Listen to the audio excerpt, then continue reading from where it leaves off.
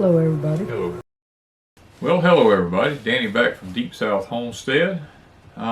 Just kind of take it easy for a few minutes, guys. It is screaming hot outside. Of course, it's August. You know, I mean, that's what can we say. I got up this morning at 71 degrees, 99% humidity. Went out to work in the high tunnel. About drowned it in my own sweat. I mean, it's just horrible. But sun came up. Humidity dropped, wind started blowing, and I worked till almost dinner. I mean, very nice in the shop, very comfortable. And I come in to eat dinner, and I told Wanda, I said, I just can't believe it. I got up in the morning, it was 71 degrees, thinking it was going to be cool, and it ended up being so sweltering with humidity, couldn't even enjoy it until the sun come up, and then now it's blistering hot out there. It's in the high 90s now, with the heat index over 100, so no clouds, just blue sky, you know. Where is chemtrails when you need them? You know what I mean? Oh, been getting a good bit done. Even, you know, I told Wanda, you know, wearing the heart monitor, and I've got to wear it for 30 days. And I told Wanda, I said, I am not going to stop nothing that I have been doing. I'm going to continue to work just like I've always worked. They told me if I get wringing wet with sweat, it's not going to hurt it. That it's perfectly fine. So I told her, I said, you know what? I'm going to just keep on going. I'm going to get out and do what I do. I mean, I've been running the tractors. I've been doing all kinds of stuff in the heat. You know, I told her, I said, I'm just going to continue to go. And because how else will you get an honest reading on something if you don't do what you just normally do? You know, we're trying to get the high tunnel revamped. That we you know, there's some cool weather coming early this year, they said. Once we get through this dome of heat that we have over us right now. And I wanted to have the high tunnel ready for the fall crops. I have ordered and got a whole bunch of Vago stuff in here. And I want to be able to get the high tunnel. I'm changing it on the inside, some of the things. And I want to get it ready so that when the coolness comes, I'll have my stuff ready to rock and roll. And I want to be able to produce an abundance of stuff this year. I went ahead and, you know, we took down all the Danny corn up there. The cows has been in there just piddling. They ain't really doing nothing but piddling. They get out there in that tall corn, they thought they was in the woods, I reckon. They wasn't doing nothing to the corn. They didn't even mess with it. They just eat the grass out right in the bottoms of it. And, you know, and then last night, this is Sunday, the 18th, I'm shooting this in the middle of the day. Last night, everybody kept telling me at the live stream that it was a full moon. Well, you couldn't tell it here because we had severe weather, not severe weather, but heavy weather here yesterday evening, and all last night was so cloudy and raining and everything. We didn't get to see the full moon. I was looking forward to being able to look out, because at night, when I look out the windows, I can see like kind of like daylight outside, like early morning, you know, maybe late evening. And that way, if I see an armadillo or anything out piddling around, I mean, or some kind of critter that ain't got no business, I can, you know, I can eradicate him and keep my place free of all this kind of stuff.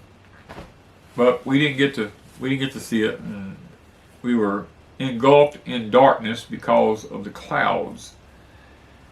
And I kind of, as I sit and thought about that this morning, I actually got up this morning and thought maybe I could see something, but it was still wasn't bright or anything like that. So I just sit back down in the recliner and I was beginning to think about porch time today. That's what I do. I try to plan it way ahead of time. I thought about light and dark. I thought about when the light goes out. You know, what happens when the light goes out? Most people in the world today doesn't know what it is to be where it's dark.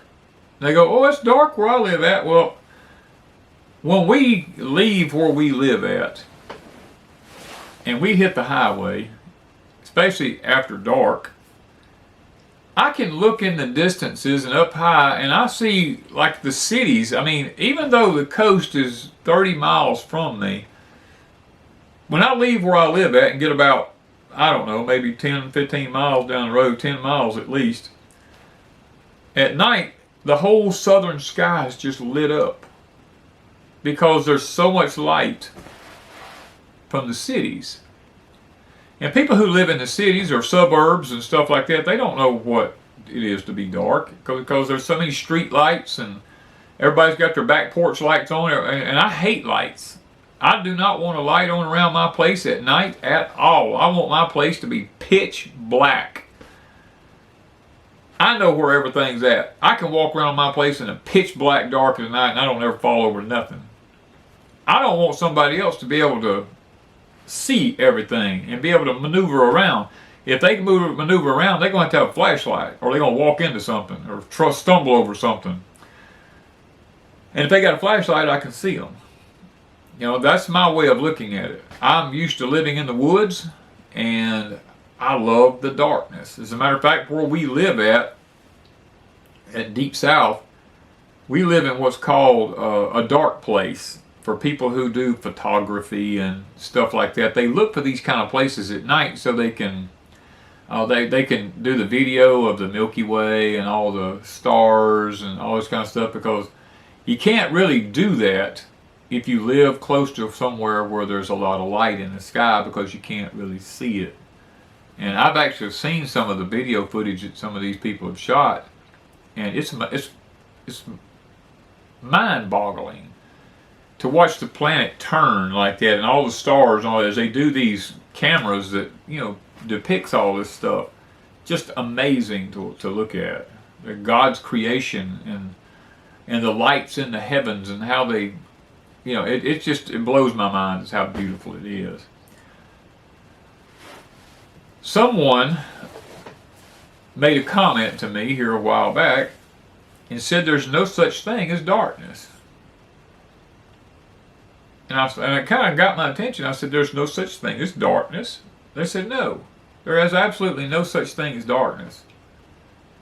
There's only the absence of light.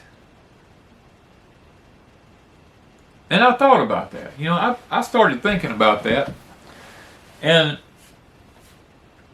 you know, you can take a football stadium, pitch black, have it closed off, not a light on it, in it, nowhere. And you can light a candle. Just a little tiny candle. And do you know, if you light that little tiny candle, you can see it from anywhere in that football stadium. If you're standing in the middle of that field out there with that candle, you can see it from anywhere in that stadium. So maybe the person who told me there is no such thing as darkness is actually right. That there's only the absence of light, because even the smallest fraction of light eradicates darkness.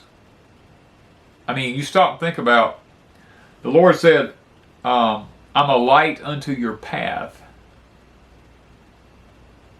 In other words, I'm a lamp, or I'm a light unto your path. In other words, he lights the way up for us where we can see. He didn't say he lit everything up where we could see everything. He said, I lit up your path where you can see so you don't stumble when you're walking.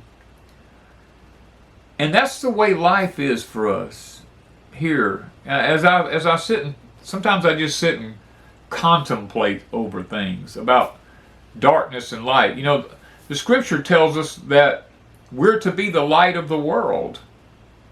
We're not to hide our light. Because if we hide our light, then darkness prevails. But if we spread our light, then darkness ceases to exist. And as I thought about that, sitting in my recliner in there this morning, I was like, that's just amazing. At the power that light has. Now I have a lot of the O-lights. I actually have many O-lights because I love flashlights. And I've got some of them that for a quarter of a mile. I can turn them things on and shine them in a quarter of a mile. I can see just like daylight. When the light shines, darkness flees. And that's the way it is in our lives. When we let our light shine through, and we are not afraid to pray for people in public, we're not afraid to speak about the Lord in public, we're not afraid to share the gospel with other people. When we do that, the evil of this world, the darkness of this world has to flee. It cannot stay where light is. And light is the Lord. The Lord is the light in our life. And He does open up the pathways and the make things to where we're able to see a whole lot better than what we see now, and to make our path in this life even more clear than what it is if we'll just lean on Him and learn to trust in Him. And I sit back and I do all kinds of research and stuff. I mean, people would go completely wacko if they saw all the stuff that I look into. And I thought about the year without a summer. Now, what caused a year without a summer? That was, I don't remember, 1815, 1816, somewhere along in there. Way across the big pond over yonder, the Atlantic Ocean, there was a volcano that went off named called Tambora. And Tambora blew so much ash up into the atmosphere that it literally covered the whole northern hemisphere and blocked the sun out. And when the light was taken away, what happened was no one could grow any food in the northern climates. I read up on here in the United States where hundreds of thousands of people died in Europe over there. In the United States, I mean, we had thousands upon thousands of people died here in the United States also. But people talk about, if you read the diaries on it, they talk about frosting all the way into July and August. You know, they'd have their plants up and have them going really, really good, and then it would just frost right in the middle of everything and kill everything they had. Many of the northern people had to move to southern climates where it was a lot warmer at. Now there was the ability to grow some stuff down south, but it wasn't, even in the south, wasn't as good as it normally should have been, because we're still in the northern hemisphere. But when you block the sun out from up above you, what happens is everything begins to get colder and darker, and the plants need light in order to be able to photosynthesize. I mean, this is one thing that in our high tunnels that we have to really, really pay attention to, is the amount of shade cloth in which we use and how it's affecting our plants. Now, the ideal that I have found here in the deep south where we live at has been the 40% shade cloth. Now, if I was probably in southern Texas or southern Florida, I would consider a 50% shade cloth. I might even look at a 60%, just depends. But when you start blocking the sunlight out, everything ceases to photosynthesize like it should, and the plants get tall and spindly, and they struggle. They really struggle a lot to be able to even survive. And we as people are no different than those plants are. If we do not have the proper sunlight that we need, then what happens is viruses run rampant, disease runs rampant, because most people don't understand that it takes UV rays, kills bacteria, it kills molds, it kills funguses, it kills all these different viruses that's out there. And when the sun and the earth are not doing what they're supposed to be doing together, I mean, guys, I'm paraphrasing all this because I don't want to get in trouble on YouTube. They done pull it on how many of my videos and demonetize them and everything else. So I'm just going to talk in generality. But when these things happen and you can't get any sunlight to the plants like they need, then what you end up having is weak plants. And people, like I said, people are no different. When people don't get the proper amount of sunshine, then you end up with things like low vitamin D deficiency. People, when they were traveling to this country, used to end up with scurvy a lot. And, you know, they get the deficiencies of vitamin C's and all this kind of stuff. We don't absorb enough vitamin D through our skin to be able to, our body to utilize the vitamin D that the sun is giving us. And as a result, we end up being weak, and we're in very poor health. Any kind of little thing that comes along seems like we catch it when we start living in this type of environment. And that was, guys, in 1815 or 1816, whichever one it was. That was just from one volcano way across the ocean over yonder. Now just imagine the day of the Lord, when there's going to be earthquakes and all kinds of things happening in diverse places all over the earth, earthquakes everywhere. I mean, you're going to hear rumbling, and I imagine volcanoes is probably going to go off. You know, there are probably going to be some volcanoes going off during this time. And not only do you have all the ash in the upper atmosphere, you've got the, what is it that volcanoes give off? Is it sulfur dioxide? That's very harmful for you to breathe in because it destroys your lungs. And you stop and think about the fact that not only can you can't breathe because of the contaminants from the volcano, then we've got all this stuff that's in the upper stratosphere up there that's just floating around up there. It's blocking the sun out, much like a chemtrail does, except in a broader spectrum. This doesn't go away. And then humanity is sitting out here just suffering. We can't seem to find a way to function. Now, a lot of people throw the verse up at you. Well, in Genesis it says, as long as the earth stands, there will be seed time and harvest. And I do not dispute that one bit in the world.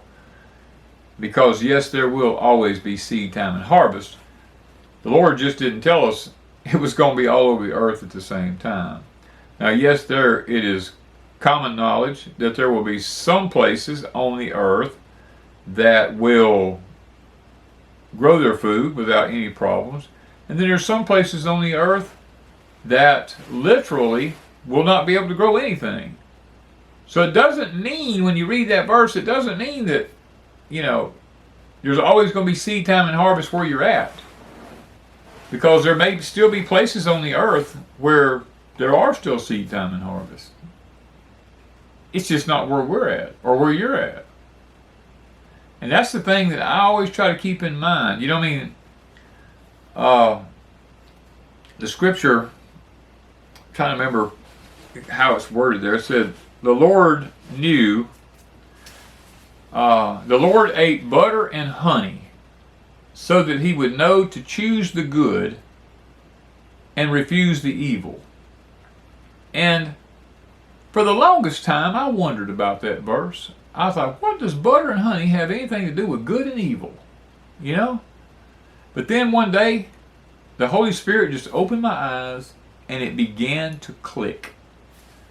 And I was like, wow, I see it now. Because, you know, if you eat too much butter, now butter's good for you. Butter's not bad for you, in moderation. If you eat too much butter, it'll make you sick.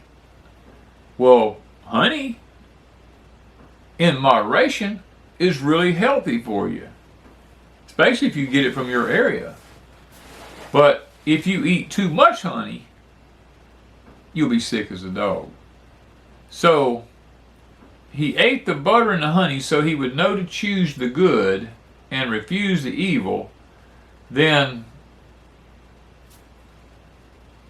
what that verse deals with is strictly just about it deals with moderation. Everything is okay as long as it's in moderation. You can eat butter in moderation and it's perfectly fine for you. As a matter of fact, it's probably healthy if it comes from the right kind of, right kind of cattle. But you stop and think about it, and honey is good for you also. You can make cough medicines out of it. If you got a sore throat, you can take a tablespoon of honey, a little peppermint, a little like a Bayer aspirin mixed in with it, heat it up on the stove, put a little lemon juice in it, and you've done made yourself a tonic that'll just about knock out anything. So, but if you overdo it with the honey, it's going to make you sick at your stomach. And that's what the Lord's talking about. Everything has to be done in moderation. Just like, just like the honey and the butter being too much makes you nauseated, makes you sick. I've actually tried it, and yes, it does mess with you. So, if the Lord, while he was here upon the earth, knew that he had to eat a specific way just so his body would be able to maintain its life here upon this earth, then how much more should we be able to do this kind of stuff? I probably am not the best steward of the things that surround me. Because if I'm not careful, I will become a bad steward with what the Lord has blessed me with, because I forget about everything and I just go on about doing what I'm doing, and the next thing you know, I'm in trouble. And I'm like, okay, Lord, I know I ain't have no business doing this, but yet I did it anyway. Please forgive me.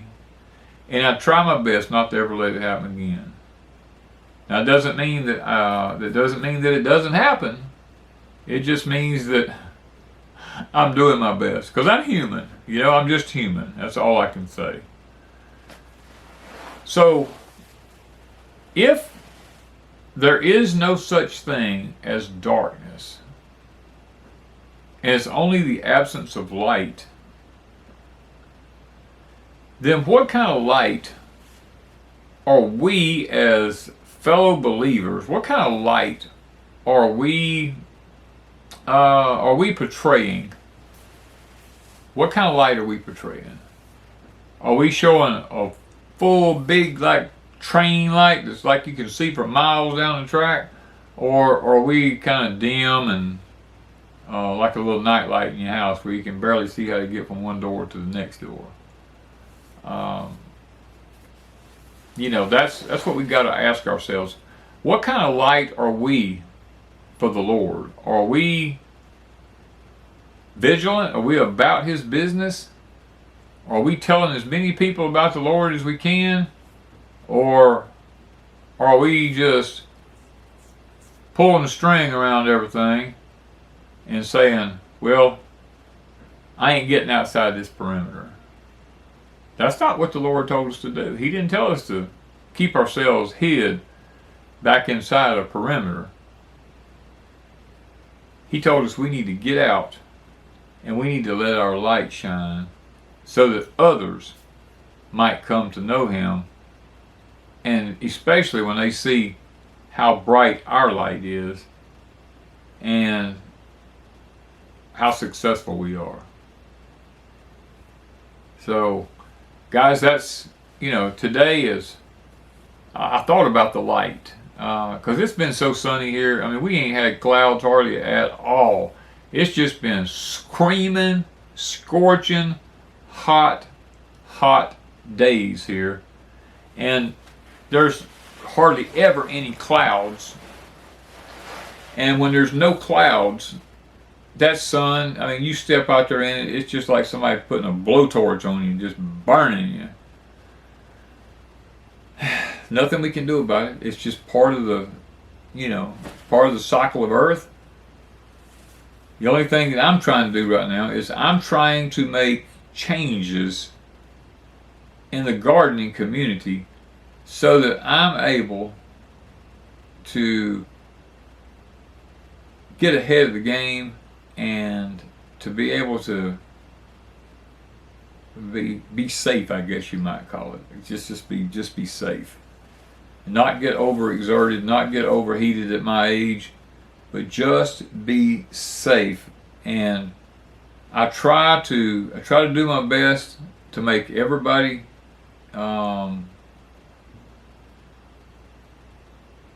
meet the narrative, I guess would be the way to put it. It would help me to be able to meet the narrative, help people meet the narrative, and to be able to be the light that the Lord expects for us to be here in this world. Now, some people will never be the light that the Lord wants them to be because they just can't let go, and they always have to be conscious about what they're doing, how they're doing it, and I don't know, guys. I don't know. All I can speak for is myself, and I'm doing the best that I can to be able to be the light that I can in this world. That's why I continue to do Porch Time. I continue to do Porch Time just simply because it's my way of letting my light shine in the world with Christ through me, maybe being able to help someone else reach the Lord and come to that saving grace and knowledge. I mean, that's basically the way I look at it. I'm just on a journey. I'm doing the best that I can do. And I hope and pray that y'all are doing the best you can too. Thank you, guys, from Deepsouth, Homestead.